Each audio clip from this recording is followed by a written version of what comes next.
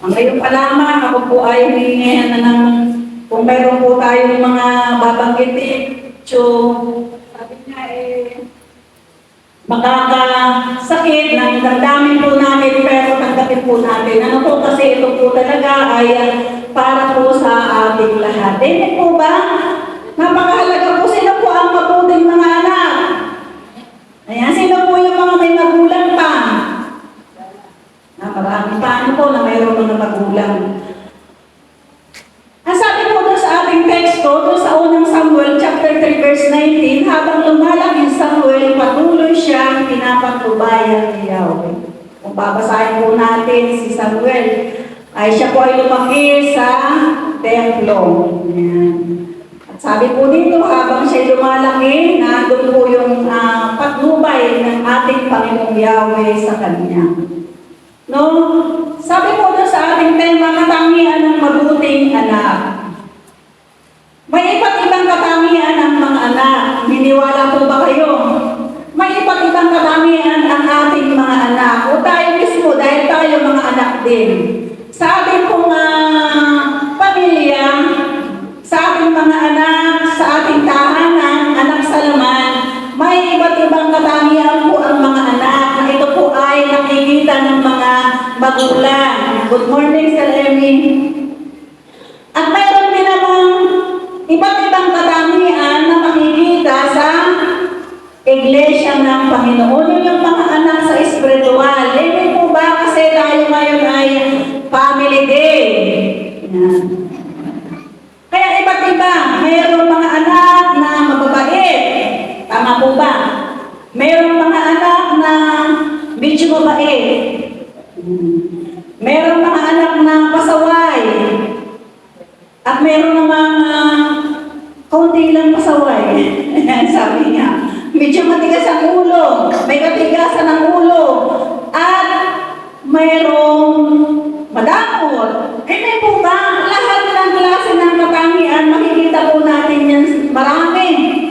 Kung ang ating pong mga anak ay ating pong titingnan at sisiyasatin po natin ang kanya-kanyang katangian ng ating mga anak, mayroon po tayong mapapansin dyan. Sa pamilya po natin, sa Iglesia ng Panginoon, sa espiritual na mga, sabi nga yung mga anak sa espiritual, mayroon din po yan. May kanyang katangian at mayroon namang napakababait. Ngayon po ba? Mayroon napakababait. So, hindi po nawawala yan sa isang anak. Minsan, meron matigas sa ulo, hindi po nawawala yan kasi bumait lang naman tayo, hindi tayo nakakilala sa Lord. Hindi po ba? Lahat tayo, may kanya-kanya tayong ugali. Hindi po ba? Pero nung nakilala natin si Kristo, doon lang naman nag-umpisa na bumait tayo. Kaya, ang mga anak ng Diyos, mababait na po yan. Hindi po ba? Mababait na po. So, ano-anong katangian na makikita sa atin? Sa ating pag-aaral, makikita po natin yung ito ang katangian ko bilang anak. Ito ang katangian ng anak ko. So, mayroon po tayong ilan sa maraming katangian na makikita sa ating mga anak. Katangian sa anak sa laman, anak sa espiritual. Marami po tayong mga makikita. Ano daw po mga katangian? Itong makikita natin. Ang sabi po dun sa number 1, sinusunod ang mga kautusan. Ayan. Kapag ikaw ay mabuting anak, hindi mo susundin ang kautusan. Ano ba yung kautusan? Yung salita ng Diyos. Kapag mabuting ang anak, kasi hindi mo susundin. Bakit? Kasi alam mo ito ang makapagliligtas ng buhay mo. Tama po ba? Nung tayo po ay hindi pa nakakakilala sa Panginoon, wala po tayong alam. Hindi natin alam itong kautusan, wala tayong alam sa Bible, kasi hindi pa po tayo natuturuan. Pero nung unti-unti, lumalaki po tayo, doon sa pagkakilala natin kay Lord, unti-unti, lumalaki tayo, doon sa pagkabata po natin, natutunan po natin yung mga aral patungkol po sa kautusan, at ang mabuting anak, ano ginagawa? Sinusunod po natin ito. Hallelujah. Tingnan po natin, papansinin po natin yung mga bata, yung mga anak na hindi sumusunod sa kautusan. Di ba hindi maganda yung nangyayari sa buhay nila? Hindi po ba? Hindi napapaayos yung buhay nila. Kasi yung Biblia, yung kautusan niya ay nagtuturo ng daan tungo sa kaligtasan, ay nagtuturo ng daan tungo sa katagumpayan, ay nagtuturo ng daan para imula tayo sa katotohanan, malayo tayo dun sa kasalanan. Kaya ang sabi po dito, ang mabuting anak, ang katangian ng mabuting anak ay sinusunod niya ang kautusan. Sumusunod po ba tayo sa kautusan? Sinusunod po ba natin ang kautusan? Walang nasagot. Sinusunod po ba natin ang kautusan? Amen. Dapat sa pagsagot po natin ito, alam po natin na talagang sinusunod po natin ang kautusan. Ang kasulatan. Kasulatan. Kautusan ako ng kautusan, tatama ko lang po kasulatan. Ang kasulatan ito po yung Bible. Ito po yung kautusan sa lumang tipan. Yung banal na kasulatan. Ang sabi po doon sa 2 Timoteo, chapter 3, chapter 3, verse 15, mula sa pagkabata, alam mo ang banal na kautusan ay nagtuturo ng daan ng kaligtasan. Ito po ay tagubilin ni Pablo kay Timoteo. Mula pa nung makilala niya ang ating Panginoon, na-disciple siya ni Apostol Pablo, nalaman na po ni Timoteo ang banal na kasulatan ang magtuturo ng daan ng kaligtasan. At bilang mga anak ng Diyos, hallelujah, alam na po natin ngayon ang banal na kasulatan ang magtuturo sa atin ng daan ng kaligtasan. Hindi po ba kaya tayo narito ngayon? Kaya tayo nagkaroon ng kaligtasan dahil sa banal na kasulatan. Yan, nalaman po natin ang katotohanan. At bilang mabuting anak, ito po yung dapat po natin sundin. At ito po yung dapat makakita sa isang mabuting anak. So yan po yung number 1, nakatangian ng mabuting anak. Pangalawa, nagmamahal sa magulang. Sino po dito nagmamahal sa magulang? Nagmamahal sa magulang. Paano natin maipadama yung pagmamahal natin sa ating magulang? Marami po nagsasabi na mahal ko naman ang magulang ko, mahal ko naman si tatay, mahal ko naman si nanay, mahal ko naman si pastora. Amen po ba? Pero ito po ba ay nakikita nila sa atin? Madaling bigkasin yung salitang pagmamahal eh. Sabihin mo lang, mahal kita nanay, mahal kita tatay, mahal kita mama, mahal kita papa. Pero ang tanong, paano mo maipadama o maipakita bilang mabuting anak yung pagmamahal po natin sa ating magulang? Ang sabi po dun sa Genesis chapter 46:29, dali-dali ipinahanda ni Jose ang sasakyan at sinalubong ang kanyang ama sa kusin. Nang sila'y magkita, agad niyang niyakap ang kanyang ama at napaiyak sa tuwa. So, babasahin po natin ang kasaysayan ni Jose. Siya po ay napalayo sa kanyang magulang. So, nung malaman ni Jose, nung pumunta yung mga kapatid niya doon sa Hito, nalaman po niya, nabuhay pa yung kanyang tatay. Ano po sinabi ni Jose? Pinasundo po niya yung kanyang magulang. Ito po ay sinabi. No? At nung magkita sila, ano sabi? Agad niyang niyakap ang kanyang ama. Napaiyak siya sa tuwa. Tayo po ba kapag naipadama po ba natin, nayayakap po ba natin yung ating nanay? Nayayakap po ba natin yung ating tatay? O basta na lang nasasabi natin, mama, papa, mahal kita. O yung salitang pagmamahal, hindi na natin mabanggit. Amen po ba? Napakahalaga po nito. Ipakita po natin yung pagmamahal natin sa ating mga magulang. Ano sabi? Niyakap po ni Jose si Jacob. Yakapin po natin yung ating mga magulang. Tanda ng pagmamahal po natin sa kanila. Magpakita po tayo ng kasiyahan na kasama po natin sila. Hindi yung tayo na lang lagi, magulang na lang lagi, yung nanay na lang, tatay na lang lagi, yung nagmamahal, yung papakita sa kanyang mga anak. Ipakita po natin yung kasabihan na mayakap po ang ating magulang. Sa bagay ako noon, sa totoo lang, hindi po ako mahilig din yung akap. No? Natuto lang ako noon. naturuan na talaga ako nung nakakilala po ako sa Panginoon. Noon ko lang po nakita at noon ko lang nalaman kung gaano pala kahalaga yung pagmamahal natin sa ating magulang. No? Pagmamahal sa magulang, sa pamunuan, namumuno, yung nangangalaga po sa inyo. Napakahalaga po na ipakita natin sa kanila yung pagmamahal natin sa kanila. No? Minsan sa halip na pagmamahal ang pakita ng magulang sa kanyang mga anak, ano nangyayari? Isang pagsuway. Diba? Pagsuway sa magulang. Walang makita, wala yung pag-ibig, hindi maipadama yung pag-ibig sa magulang. Habang buhay pa po ang ating magulang, anong dapat po natin gawin? Ipakita na po natin sa kanila, ipadama na po natin sa kanila yung pagmamahal na yun. Dahil hindi natin alam, mamaya bawian siya ng buhay. O at least ay ipakita mo na ipadama mo yung pagmamahal mo sa kanya. Kaysa naman binawian siya ng buhay, iiyak-iyak ka. Tapos kung nabubuhay pa, hindi mo man lang maipakita, hindi mo man lang mayakap, hindi mo man lang makumusta. Tapos kung namatay na, iyak ka ng iyak. Buhay pa sila, ipakita na natin yung pagmamahal natin sa kanila. Buhay pa yung mga pastor nyo, ipadama na ninyo yung pagmamahal po ninyo sa kanila. Amen po ba? Yung po yung pangalawa, pagmamahal sa magulang.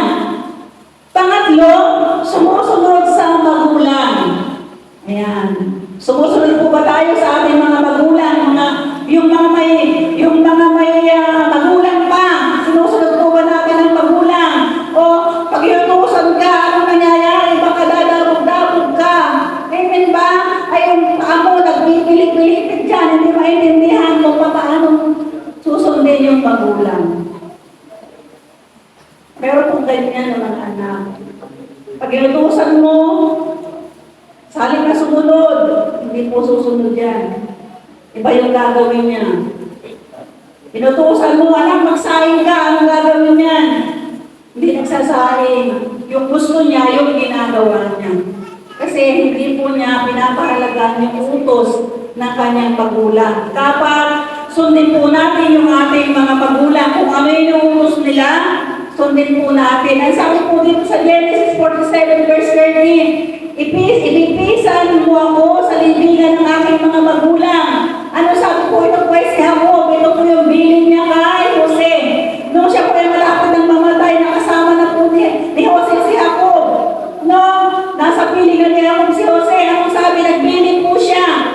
Ipipisan mo ako sa libingan ng aking mga magulang. Anong sabi po dito ni Jose? Masusunod po ang nais ninyo. Tugon ni Jose. Inutusan po siya ni Jacob, ng kanyang tatay, ni Jacob. No, ano nangyari? Sumuway po ba si Jose? Hindi po niya sinuway. Hindi ang sabi niya, masusunod po ang nais ninyo. Sa buhay po natin. Natatandaan ko po, bago namatay yung tatay namin, ang bilin-bilin niya, ang inutos po niya sa amin bago siya ginawin ng buhay. Pag ako'y patay na, pag ako'y namatay na, yung aking katawan, dalhin mo doon sa Quezon, doon ako ninyong ilibing. Ilagay niyo ako doon sa tabi ni nanay mo. So yun po yung ginawa namin. Sinunod ko po yun. Sinunod namin yung kakapatid. Kaya nandiyan kami sa malayo. Nilag po namin yung bangkay niya doon. Ilagay po namin doon sa katabi po ng aming nanay. Mahalaga po yung pagsunod sa magulang. Minsan mayroon mga leader o pastor na namumuno sa inyo. Mahalaga din po yung pagsunod natin sa kanila. Eh, po ba? Minsan akala natin pag may inuutos sa atin yung ating magulang, akala natin okay lang yung hindi tayo sumunod sa kanila. Ay, maiintindihan naman ako ni nanay, maiintindihan naman ako ni papa, no? Maiintindihan naman ako ni pastora. Hindi po tayo maiintindihan. Kasi inuutosan po tayo. Kung ano yung inuutos natin, o inuutos ng magulang natin, alam mo ang magulang, hindi yan mag-uutos ng makakasama sa kanyang mga anak. Amen po ba? Yung mga magulang na may takot sa Diyos. Kasi marami pong mga magulang ngayon wala din takot sa Diyos. Amen po ba? Hindi lahat. Marami mga magulang ang tinuturuan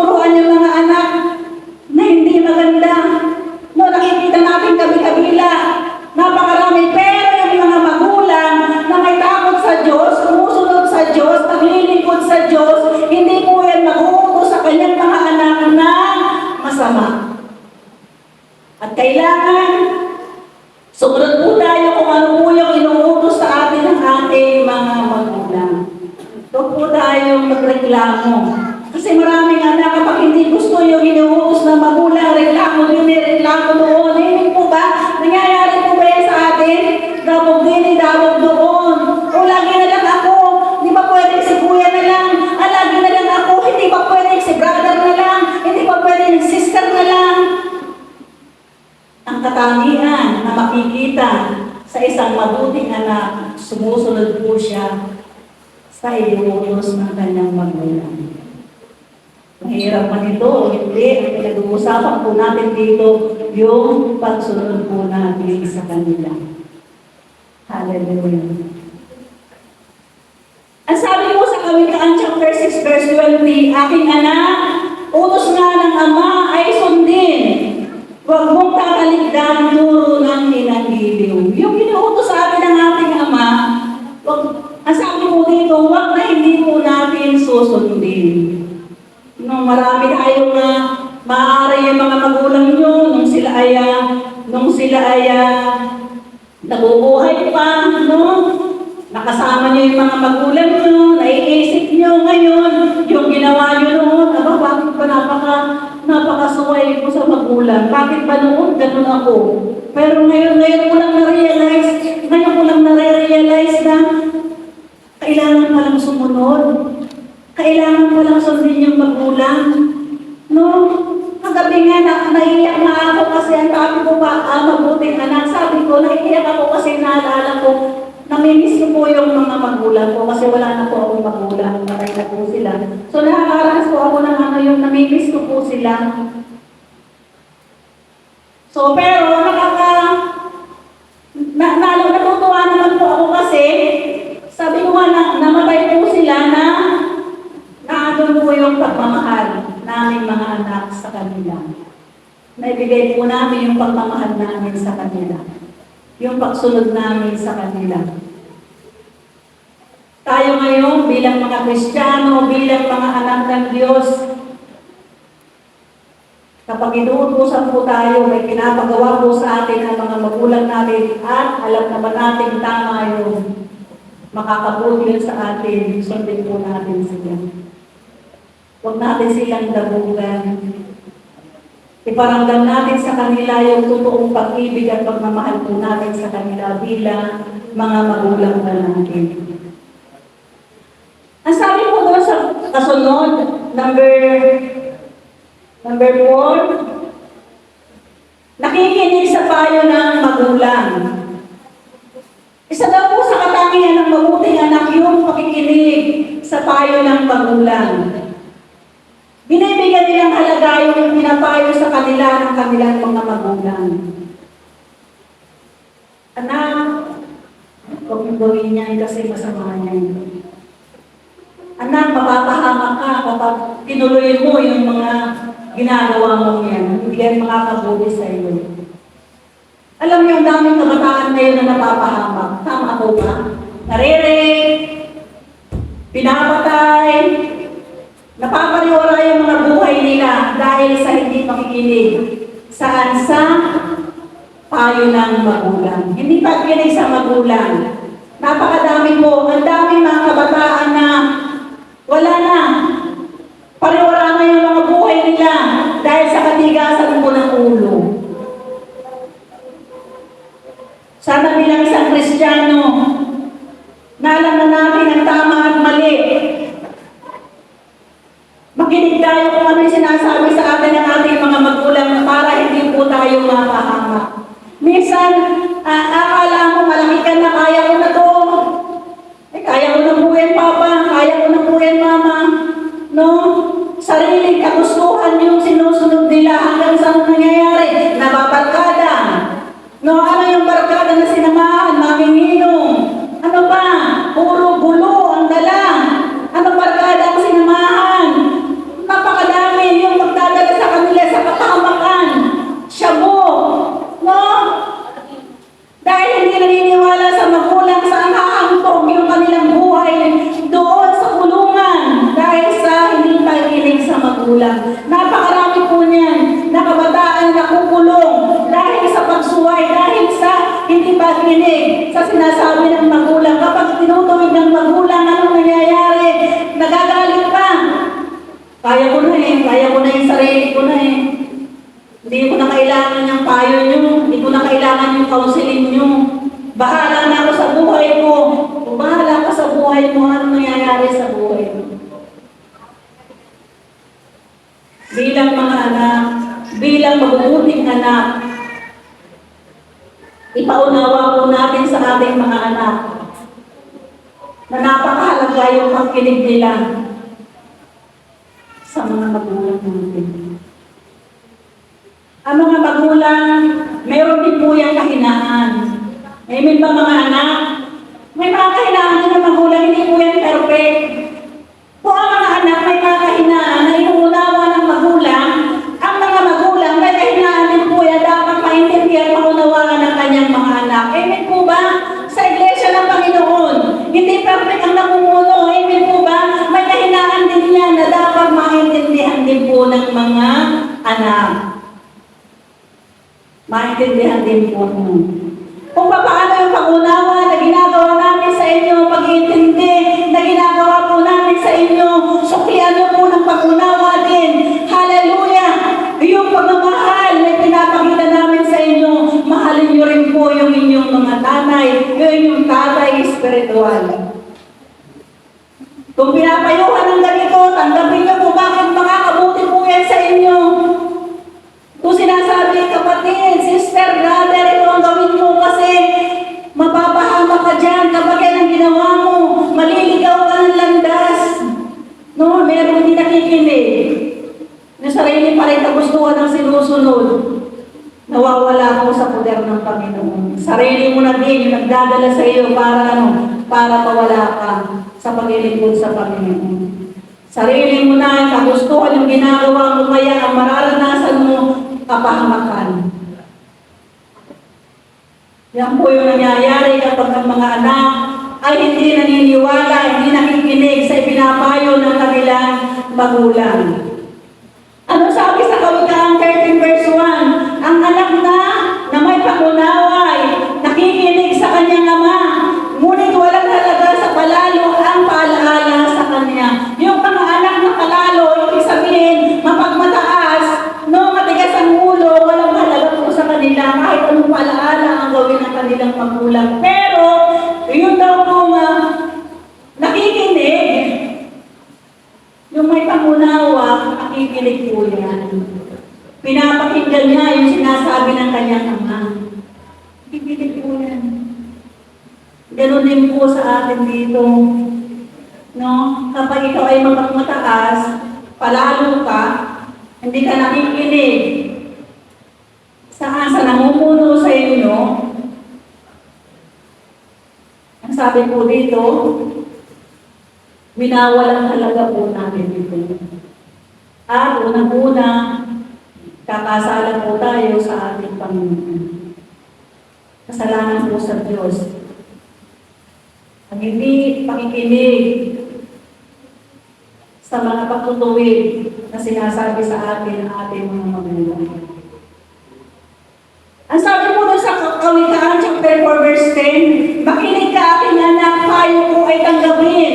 Lalawig ang iyong buhay, daming taon ang bibilangin. Kapag ikaw ay mabuting anak, nakikinig ka sa iyong magulang, ano sabi? Ang pangako ng Panginoon yun, lalawig ang buhay po natin. Eh kung ang buhay natin ngayon nasa 30, 40, o mga 16, sabi po doon, lalawig yung buhay mo, papahabain po ng Diyos yung buhay mo. Kalakit po yan sa pagsunod po natin sa ating mga magulang. Akala natin, ganun-ganun lang, akala natin kapag binawalang bahala natin yung ating mga magulang, sinasabi natin sa kanila, akala natin mabuti yun. Hindi po yung makakabuti sa atin. Ganun din po yun sa bawat sa atin. Kapag walang bahala nyo yung namumuno sa inyo, hindi rin po yun makakabuti sa inyo. Amen po ba? Kaya napakahalaga yung pagkinig sa payo ng ating mga magulang. Panglima, nag-aaruga sa magulang. Isang katangian po ng mabuting anak yung pag-aaruga sa magulang. Napakaraming magulang ang nasa ampunan. Amen po ba? O pinagpala si nanay, nasa poder siya ni Brother Kiko. Nandun yung pagmamahal nila kay nanay. Di ba? Pagpapakita ng pag-ibig, pagmamahal, paggalang po niya kay nanay, andyan siya, inaalagaan nila. No, ang dami po ngayon na nasa ampunan yung mga magulang, nasa kalsada, nakikita natin, natutulog lang kayo sa kariton. Nasaan yung mga anak? No, minsan yung mga anak, may magandang hanap buhay. Minsan yung mga anak ay nasa ibang bansa, pero bakit hindi nila inaaruga yung kanilang magulang? Sana wag gawin sa atin ang ating mga anak. Sana pag lumaki ang ating mga anak, pag matanda na tayo, sana maramdaman natin yung pag-aaruga nila sa atin. Ang dami po niyan, namamalimos ng mga nanay. No, namamalimos, walang makain yung mga nanay. Pero yung mga anak, masarap ang buhay. Hindi naaruga. Sa halip, naarugayin yung kanilang mga magulang, ibang tao ang nag-aalaga. Pinapahabayaan sa lansangan, pinababayaan na manghingi yung kanilang magulang, pero kaya mo naman tulungan. Kaya mo naman arugain. Huwag po natin gagawin yan sa ating mga magulang. Mahalin po natin ang ating mga magulang. Pag tumanda sila o kahit hindi matanda, arugain po natin sila.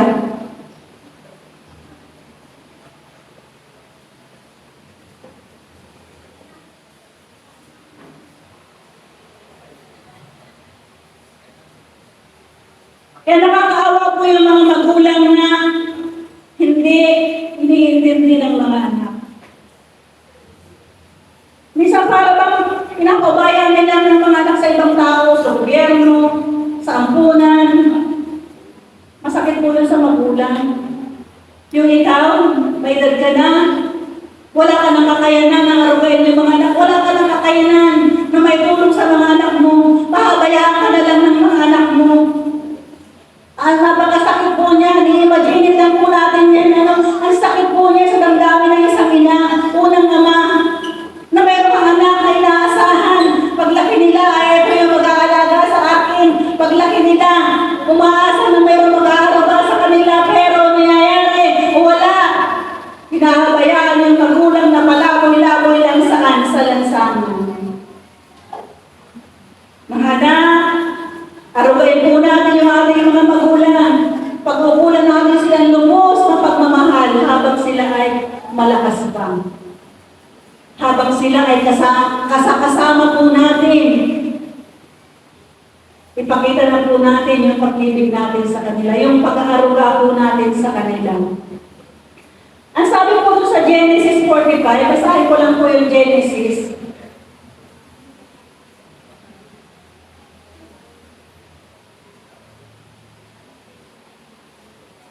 Ang sabi po doon sa Genesis 45, 9, 10 hanggang 11, ito po ay babasahin ko. Sinabi pa ni Jose, bumalik kayo agad sa ating ama at ibalita ninyo na ako ang pinamamahala ng Diyos sa buong Ehipto. Sabihin ninyo pumarito agad sa lalong madaling panahon. Doon siya titira sa lupain ng busin para mamalapit sa akin. Ang lahat niyang anak, mga apo, mga tupa, kambing, baka, at lahat niyang ari-ari at ang kanyang kanyang dalhin. 11 doon, papangalagaan ko kayo, 5 taon pa ang tagutom at hindi ko gustong makita ang sino man sa inyo na nagdaramo. Ano sabi niya po? Pag nasa piling niya, yung kanyang magulang, mapapangalagaan niya.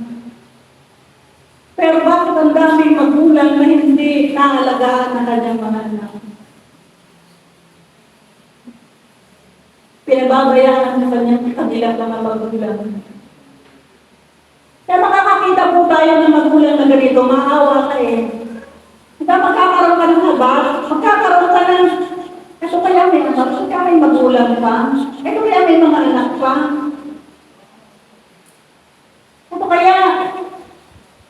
Ito kaya meron pang pamilya. Nung isang magkakaroon tayo kasi bakit ganito?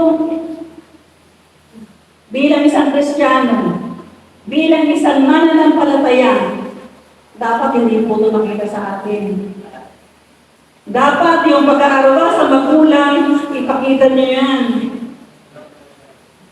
Huwag tayong gumaya sa mga tao, sa mga anak na makasanlibutan na walang pakialam sa magulang.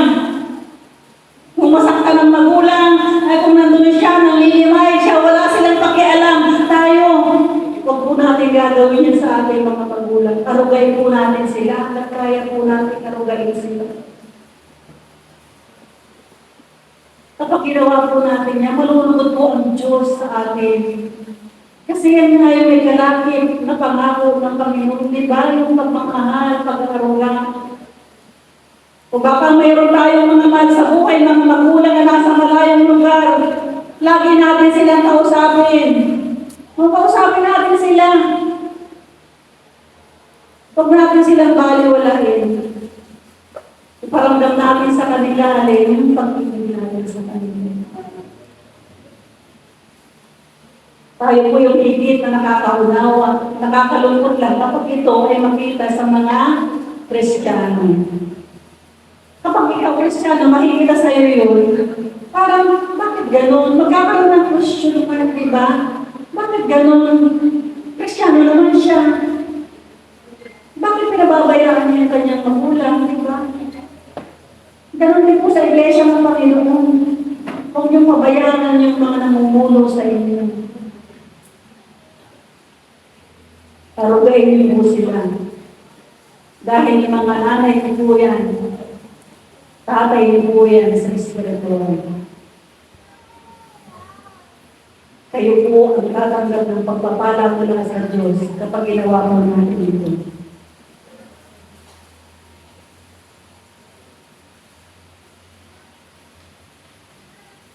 Pag kasunod, dinadalaw ang magulang at inaalam kung ano ang kanilang pangangailangan.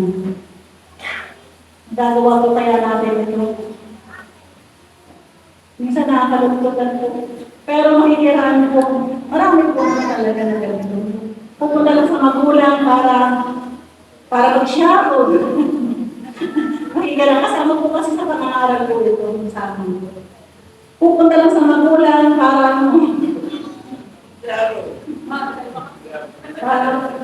pagdating ng bahay, hindi mo lang makumuso si nanay, si tatay, yung pangmagadalo, ulang dyan ma. Anong madadala dyan ma? Tawag si Jerry. Anong madadala dyan? Ano pwede mo galing mamaya? O kanya, hindi pa umuupo eh. Kumuha lang po ako ng bigas, kumuha lang po ako ng ganito. Diba? Pagkatapos sa alis na, wala nang pakialam. Ano nangyari doon? Pupunta lang pala para mag-sharon, hindi para mag-post sa bagulang. May nangyayari kong ganyan. No, hindi magulang naman, talaga kung magulang yan. Hindi po ba? Pero huwag naman yung pagpunta natin doon,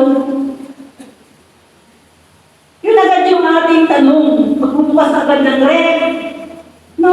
Magbubukas agad ng mesa, wow, ang aming pagkain. Wow, walang po ang rep. Pahingi na supot dyan.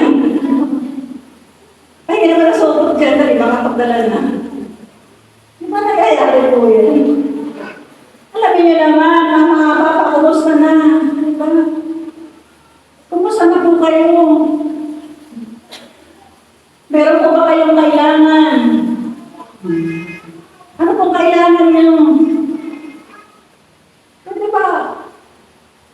Gawin natin yun sa ating mga magulang. Kasi alam natin yung mga magulang, masaya nagbibigay sa inyo kasi kailangan nyo yan. Tama po ba? Pero hindi niyang damdamin na hinahanap sa kanyang mga anak. Lambing naman natin yung ating mga magulang. Pagpunta natin doon, huwag mo sigawan. Lambingin mo. Akapin mo. Ipadama mo yung pagmamahal ko sa kanila. Masasabi ka, dinalaw mo sila kasi ano kaya nangyayari sa aking mga magulang? Ano kaya nangyayari kay Papa? Ano kaya nangyayari kay Mama?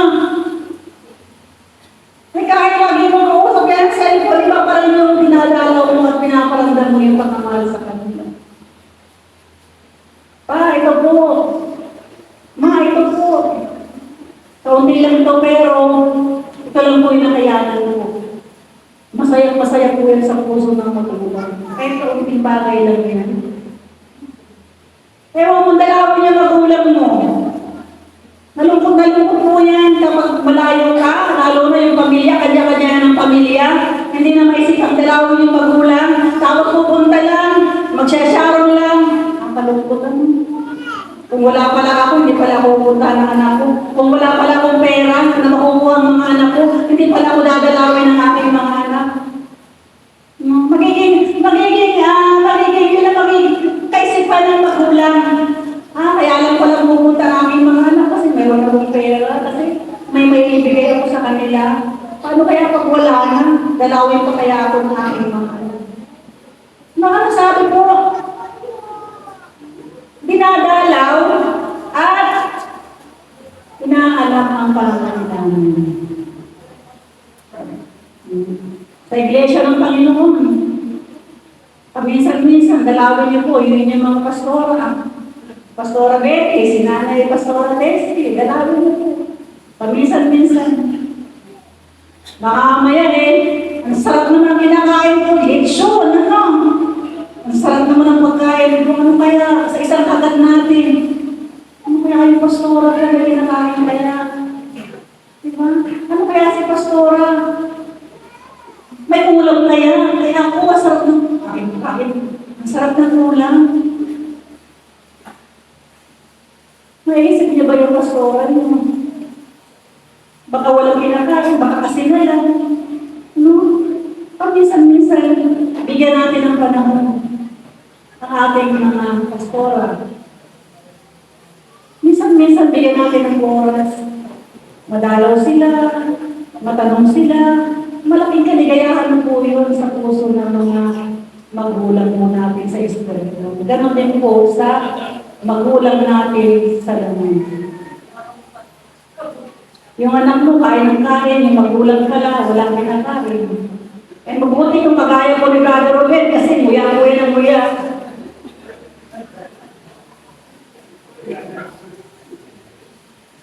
No?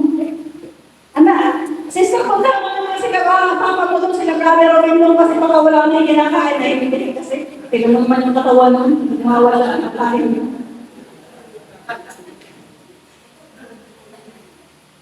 Kakambali ka, sister. Huwag mo sasabihin niya, kasi nakakatawa na lang bilang mga sa papa. Hindi pwede wala yung pagkain. Paano kung matabanan? Tabanan ka lang, yung tiyan. Nadadaya mo sa laki ng tiyan. No? Alam niyo po natin. Alam niyo ba, yung mga magulang talaga, minsan din nagpapakita yan ng kalungkutan sa anak. Ba? Minsan nagdadamdam yan. Ako nga, totoo lang. Umiiyak din po ako. Minsan sabi ko sa aking bunso, kaya si bunso, sabi ko po yan, bunso, uminom ka ng vitamin. Bunso, kumain ka na. Magagalit ka. Alam niyo ba, hindi lang alam, pero umiiyak ako kasi nasasaktan ko ako. Nasasaktan ako. Bakit kasi? Kasi hindi na ako sa kanila. Pagkakakita ng pagmamahal sa kanila.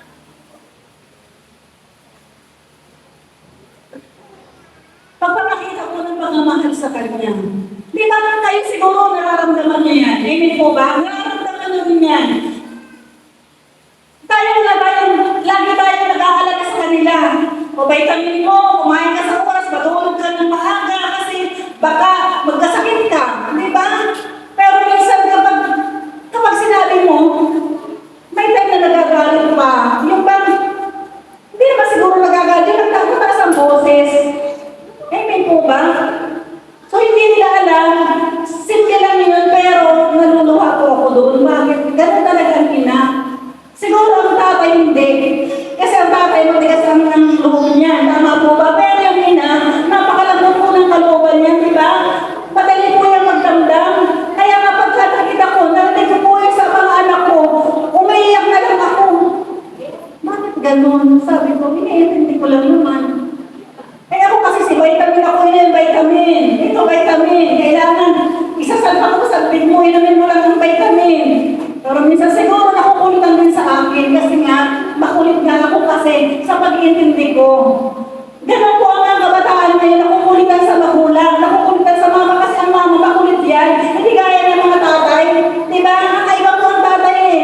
Pag sinabi niya, baka malaki na yan. Diba? Malaki na yan. Alam niya na yan, tama. Pero tayo mga nanay, hindi tayo makatiis. Hindi na natin sila kayang tiisin na ito. Kaya minsan siguro nakukulitan din sa akin. Kaya lang, intindihin niyo yung nanay. Kasi ang ginagawa ng nanay, pagmamahal yan sa anak. Pinagpala po yung mga anak na mayroong nanay. Tama po ba? Pinagpala yung mga anak na mayroong tatay. Bakit? Kasi ang hirap mo nang walang magulang. Ang hirap mo pag wala ka ng magulang. Kagabi nga, naiiyak ako nabiyak kagabi kasi sabi ko, namimiss ko sila. Sabi ko sana kahit sa panaginip man lang, mapanaginip ko si tatay, si nanay. Kasi asarap pa nang mayroong magulang na umaalalay sa kanyang anak. Tama po ba? Naiisip ko sila. Yung mga anak, minsan hindi nakukuha ng kanilang kaisipan. Akala nila kapag sinasabi mo yun, nakukulitan na sila sa'yo, akala nila, ay yung ginagawa mo ay hindi nila kasi iniisip yun. Parang, ang kulit naman ni mama. Diba? Ang kulit naman ni mama, ang kulit naman.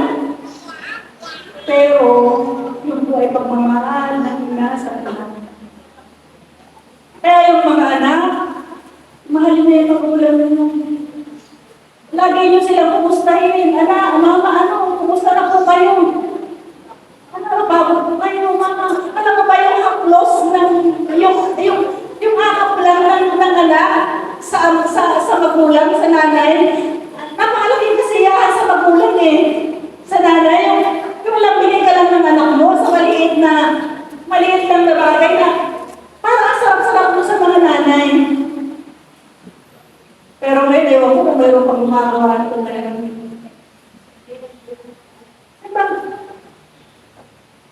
Sabihin, si mama tumatanda na kaya gano'n. Hindi, kumbaga po, talagang hinahanap din ng mga nanay talaga yung pag-aaruga, yung pagmamahal nila sa kanilang ina o sa kanilang ama.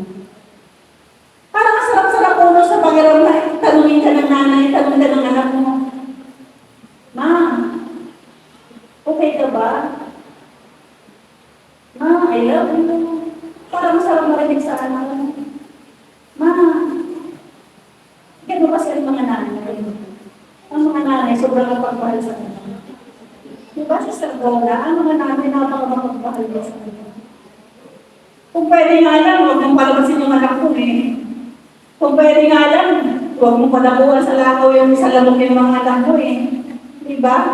Kung pwede lang. Kung pwede nga lang, huwag mo na silang magkasawain. Hindi pwede yun.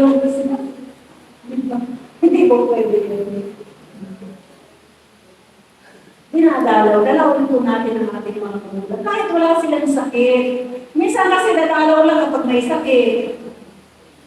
Tapos, daladala, may sakit na ako, daladala na sa bukas, daladala na, yung masarap na magkain. Dumalaw na si anak. Hindi na makakain yung magulang kasi talagang hinang-hinahan na kayo, masama ng pangalamdam eh. May sakit na wala nang panlasa.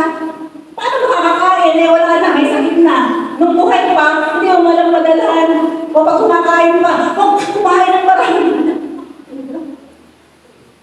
Huwag ka kumain yan. Pinabawalan mo kumain.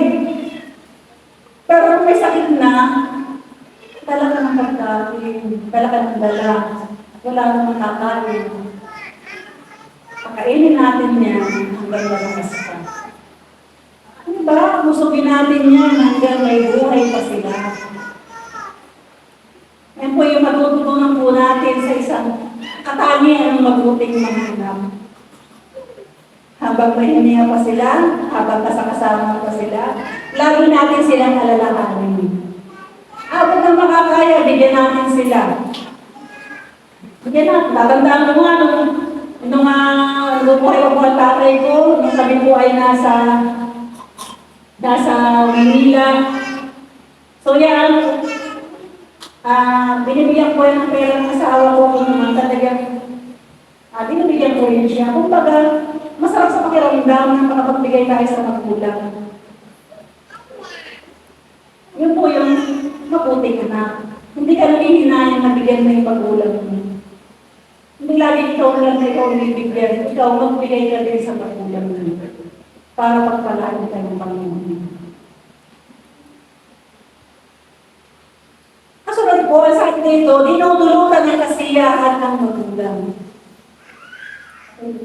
Dinudulutan ng kasiyahan ng magulang. Anong kasiyahan dinudulot mo sa magulang mo? Salamin po natin yung sarili natin ngayon sa oras na ito. Anong kasiyahan dinudulot ko sa aking magulang? Nabibigyan ko kaya siya ng kasiyahan? O ako na lang lagi nagbibigay ng kasiyahan sa kanila? O sila na lang lagi nagbibigay ng kasiyahan sa akin?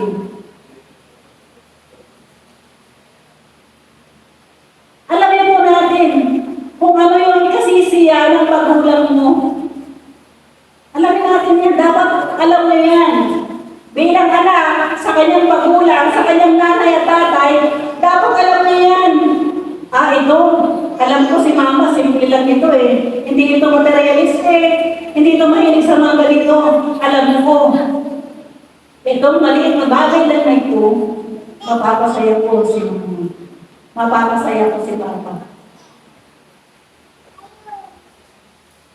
Isipin niyo po, habang kayo nasa upuan, napasaya niyo na ba ang magulang niyo? Nabigyan niyo na ba sila ng kakalatan? Tuwang-tuwa ang magulang mo?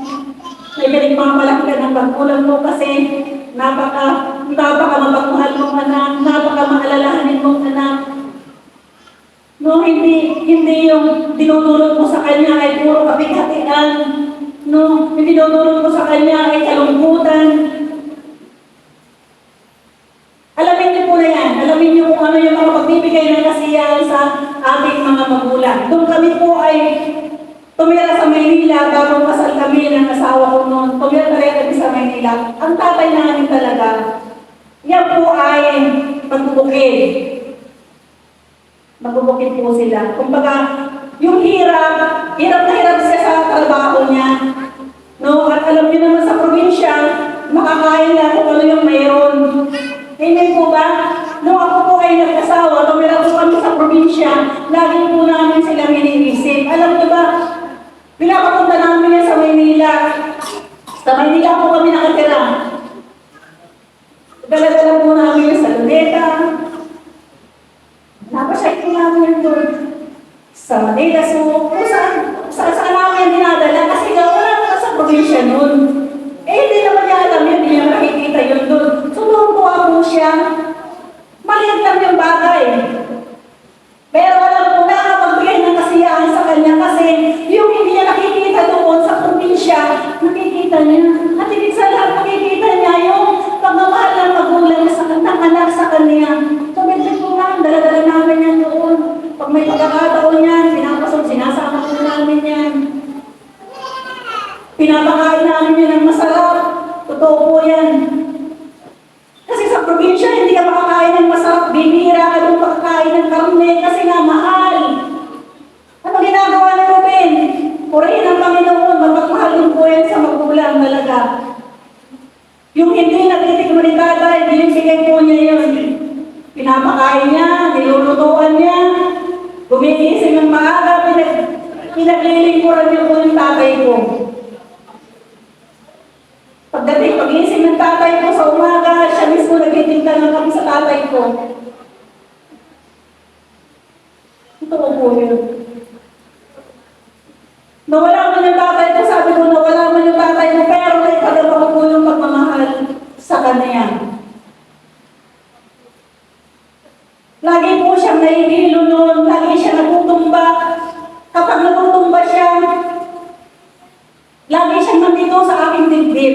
Nakakala ko malalago talaga siya ng hininga, pero nabubuhay pa rin siya. Kaya sabi ko, nung bawian siya ng buhay, masarap sa pakiramdam na buhay pa sila, nabigyan mo na yung kasiyahan sa kanila, nabigyan mo sila ng kasiyahan. Kasi ang nakakalungkot kapag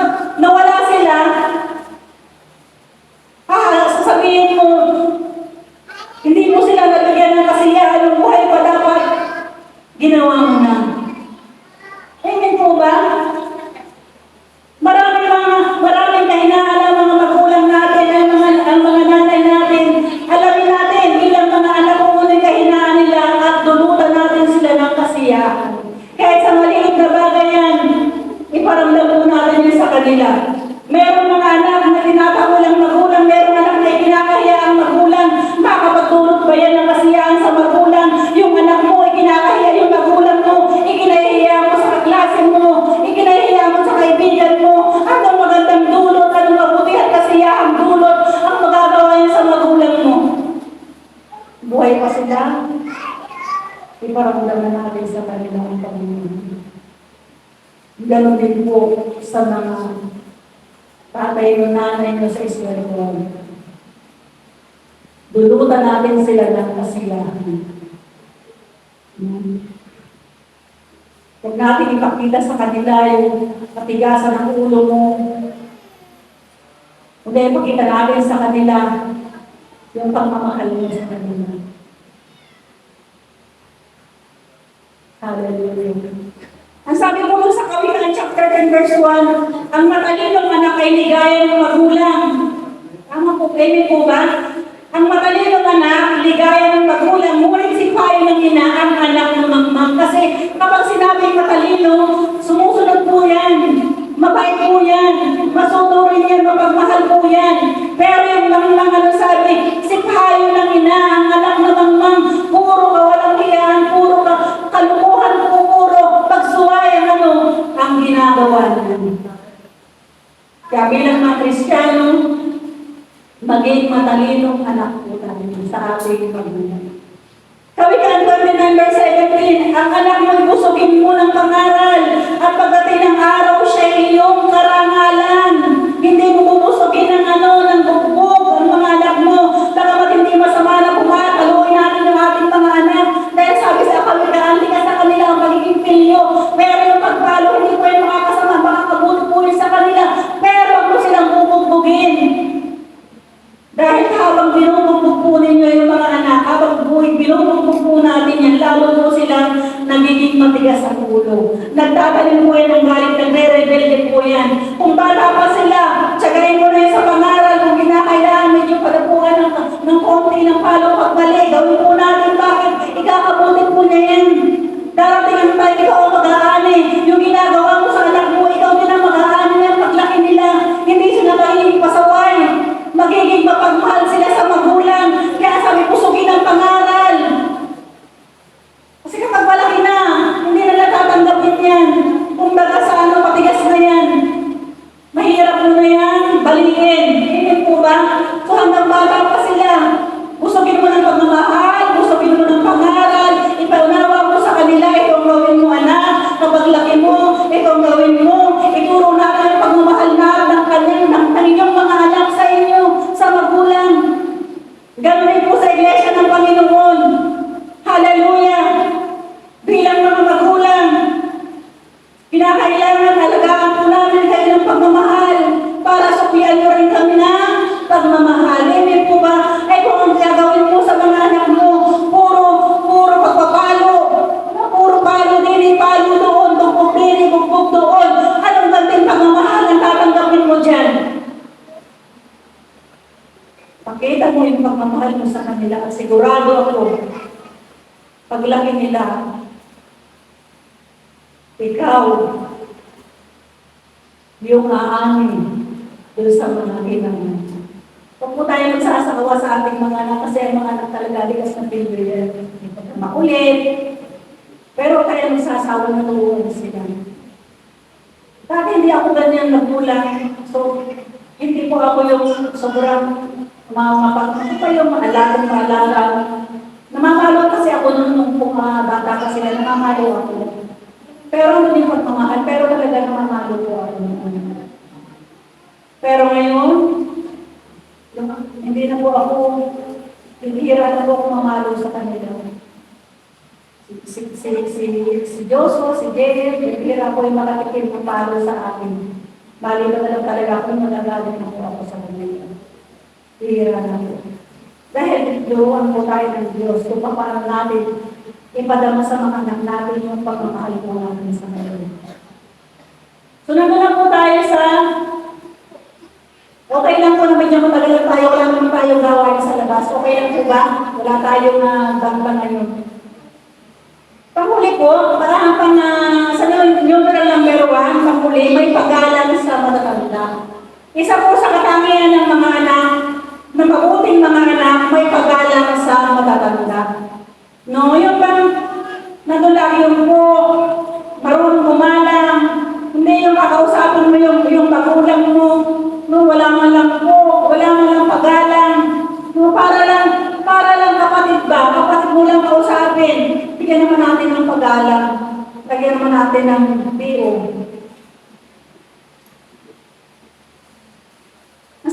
Masarap pakinggan kapag mayroong, kahit parang kapatid mo lang yung tatay mo, parang kapatid mo lang yung nanay mo, o yung mama, yung papa mo, lagyan pa rin natin ng po, kasi tanda po yun ang pag-alang natin sa kanila. Kapag ginagalang natin sila, ginagalang natin yung Diyos. Kung makita sa atin bilang isang Kristiyano yung kawalang galang, no, kasi marami po talaga ngayon yung walang galang. Napakarami, sabi-kabila. Kung sabi ng mga anak, minumura nga ang anak di ba? Umurahin yung mga anak, magulang umurahin yung magulang, gano'n na lang. Walang pakundangan magsalita ng masama yung magulang. Di ba? Nangyayari po yan. Pero kaya bilang isang Kristiyano, matutunan po natin yung pag-alam natin sa kanila. So, nasa numeral number 2 na po tayo, patapos na po tayo. Numeral number 2, ano naman ang ginagawa ng Diyos sa mga mabubuting anak? Ano naman daw po ang ginagawa ng Diyos kapag mabuti kang anak? Kapag ikaw ay sumusunod, nagmamahal sa magulang mo, ano ang igaganti sa'yo ng Diyos? Ano sabi po dun sa number 1, sinasamahan ng Panginoong Diyos. Kapag po tayo ay sumusunod sa ating magulang, magpabubuti tayong mga anak, sinasamahan po tayo ng ating Panginoon. Kala nyo, hindi nyo kasama ang Panginoon. Kasama po natin ang Panginoon. Lagi yan nakasubaybay sa atin. Bawat kilos natin, sabi niya, bawat ginagawa natin, bawat bigkas ng ating mga panlalita, alam po yan ng Diyos, ready po yan ng Diyos. Kaya ang ating Panginoon, nalulugod po siya kapag mabuti tayo. Kapag ginagalang natin sila, minamahal natin sila, nararamdaman po natin ang Diyos sa buhay po natin. Ano sabi po doon sa Exodus chapter 33, 14 hanggang 17? Sasamahan ko kayo hanggang sa lupain patutunguhan ninyo. Iyon ay lubusan kong ipasasakop sa inyo, sagot ni Yahweh. So ito po yung mga Israelite na po ay si Moises. Sinabi ni Moises, kung hindi ninyo kami sasamahan, huwag na ninyo kami ialis dito. 16, pagkat kung hindi kayo sasama sa amin, paano malalaman ng lahat na kami yung kinalulugdan? Kung sasama kayo sa amin, maliwanag na kami higit sa iba. Iba, ang mga anak na kinalulugdan ng Diyos, masabi na sinasamahan ng Panginoon, hindi pinababayaan ng Diyos. Kasama po natin ang Diyos. Amen po ba? Sabihin nga po natin, kasama natin ang Diyos. Kasama po natin ang Panginoon. Hindi pinabayaan ng Diyos si Moises kapag nalakbay po nila. Doon sa 17, sige, gagawin ko ang hiling mo sapagkat ako'y lugod na lugod sa iyo. Ano sabi po ng ating Panginoong Yahweh? Sinabi niya kay Moises, sige, gagawin ko ang hiling mo sapagkat ako'y lugod na lugod sa iyo. Kaya walang hindi pwedeng hindi tayo sasamahan ng Panginoon kapag gumagawa tayo ng tama. Kapag gumagawa tayo ng mabuti. Pero kapag puro kasama ng ginagawa mo, sino kaya ang kasama natin? Yung po ang tanong. Yung po ang sabi ni Yahweh. Ulitin ko po. Sige, gagawin ko ang hiling mo sapagkat ako'y lugod na lugod sa iyo at kilalang kilala kita. Sabi ni Yahweh. Pangalawa, pagpapalain ng Diyos. Efeso chapter 2, 6. Efeso chapter 6, 2 hanggang 3. Igalang mo ang iyong ama at ina, ito ang unang utos ng may kalakip na pangako. Ikaw ay giginhawa at lalawig ang iyong buhay rito sa lupa. Di ba pangako ng Panginoon yun eh? Kaya kung gusto po ninyo na umaba ang inyong buhay, alagaan po natin yung ating mga magulang. Mahalin po natin yung ating mga magulang. Bakit? Kasi yung po ay may kalakip na pagpapala mula sa Diyos. Ano sabi? Ikaw ay giginhawa at lalawig ang iyong buhay rito sa lupa. Kahit ka mag-vitamin, igalang mo lang yung magulang mo, mahalin mo sila, pahalagaan mo sila. Mahabain ng Diyos yung buhay mo. Asabi mo pagkatapos, igalang din po natin ang mga magulang na rin spiritual. Kalakip din po nito ang mga pagpapala na ibinibigay ng Diyos. Kapag iginalang po natin yung mga namumuno sa atin, may kalakip din po yan ang pagpapala mula sa Diyos. Napakaligaya sa mga magulang na magkaroon sila ng mga mabuting anak. Mga anak na nagmamahal at gumagalang sa kanila. Diba? Napakaligaya daw po na magkaroon tayo ng mga anak na gumagalang at gumagalang sa kanila. Sigurado naman po ako na yung mga anak natin dito ay may paggalang at pagmamahal sa atin. Hindi po ba? So kung nagkukulang man, gawin po natin yung tama. Kung nagkukulang tayo sa ating magulang, sa ating mama, sa ating papa, no? Itama po natin yung mga pagkukulang po natin. Bakit may panahon pa? May pagkakataon pa. May padama natin sa kanila yung tunay na pagmamahal po natin sa kanila. Kung may pagkukulang po tayo sa mga namumuno sa iglesia, sa tatay natin, nanay natin, spiritual, may panahon pa. Tama po natin. Mahalin din po natin sila. Doon mararanasan natin ang pagpapala at pangako ng Panginoon para sa kanyang anak na nagmamahal, aaruga, gumagalang, sumusunod sa kanilang mga magulang. Tayo po ay tumunod.